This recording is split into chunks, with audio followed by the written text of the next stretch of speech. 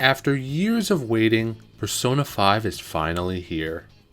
It's hard to believe that the last Persona game to be released on a console was nearly a decade ago, for the PlayStation 2 I might add. Sure, you can count Arena and Ultimax as they contain surprisingly lengthy and compelling stories, but fans have been clamoring for a true new RPG within the beloved universe. Atlus has certainly delivered, as after spending more hours than one should with a video game, we can say for certain that Persona 5 lives up to the hype. Took him long enough. The story revolves around a kid who just wanted to do the right thing, but instead it bit him in the ass. Due to this, he is kicked out of school and sent to Tokyo, where he's now living with a bitter old man and has to deal with teachers who consider him a trouble child. The series has never censored itself when it comes to grim subjects, and Persona 5 is no different, with elements of murder, suicide, assault, sexual assault, and blackmail, just to name a few. It certainly says something when decapitating Persona via guillotine is actually tamer than what occurs in the story. This is an incredibly compelling plot with mystery and intrigue, and it never lets up until the credits begin to roll. There's a ton of memorable events spread throughout this lengthy campaign, and the occasional weird moments as well.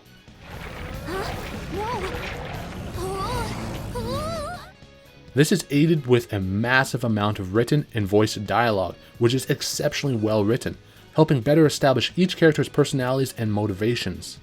Rarely will you see any mistakes, and even then they are only minor oversights. Certification from them, and obtain keycards that'll serve as letters of introduction.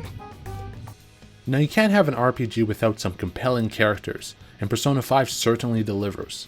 There's a massive cast of diverse and remarkable individuals to interact with, be it your teammates or confidants. With that said, not everyone is original. A lot of characters and their roles in the story have striking resemblances to Persona 4. For example, there's an animal creature trying to find himself, a father figure who is taking the protagonist in, a junior detective who's investigating the Phantom Thieves, a teammate who works as a model and is even mopey when you first meet her, and your first friend in the new city is a bit of a goofball. This isn't to take away from the charming cast of characters, but it's hard to miss these surprisingly direct parallels. The hell? While this is an RPG first, the confidant system is what makes Persona 5 great. Formerly known as social links, these tell various unique stories from characters all around Tokyo. What Persona 5 does better than its predecessors is expand past the school environment.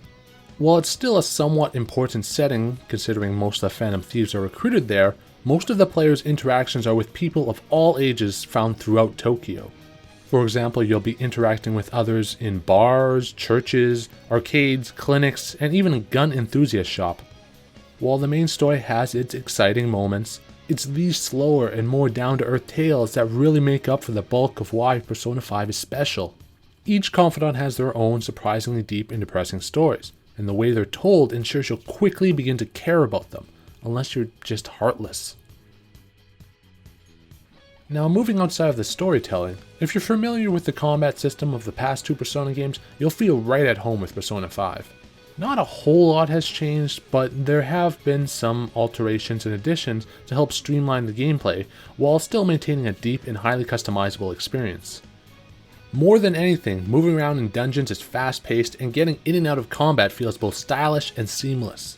Bosses are also some of the best the series has to offer, as they not only require a specific strategy to complete, but there are added ways to get the jump on them. This usually requires sending a party member out of battle for a set period of time, and depending who it is and if you're able to distract the boss properly, you can unleash some due punishment. Now, the removal of the randomized dungeons is one of the best decisions Atlus could have ever made. Of the 8 uniquely designed castles, only one failed to live up to expectations, both being a visual and mechanical mess. Regardless, the others are exquisitely designed, with various puzzles being implemented, which range from decrypting codes to earning coins through minigames. No longer will you have to progress through floor after floor of palette-swapped dungeons, at least not in the main campaign, as the Mementos Labyrinth retains this design. In the end, Persona 5 is a once-in-a-generation game. Ooh, impressive as always.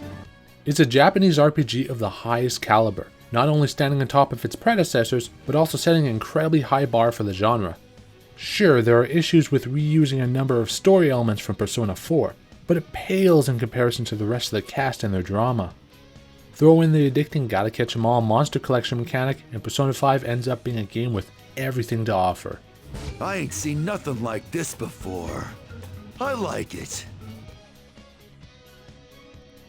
For more on Persona 5 and everything gaming related, head on over to hardcoregamer.com for your fix.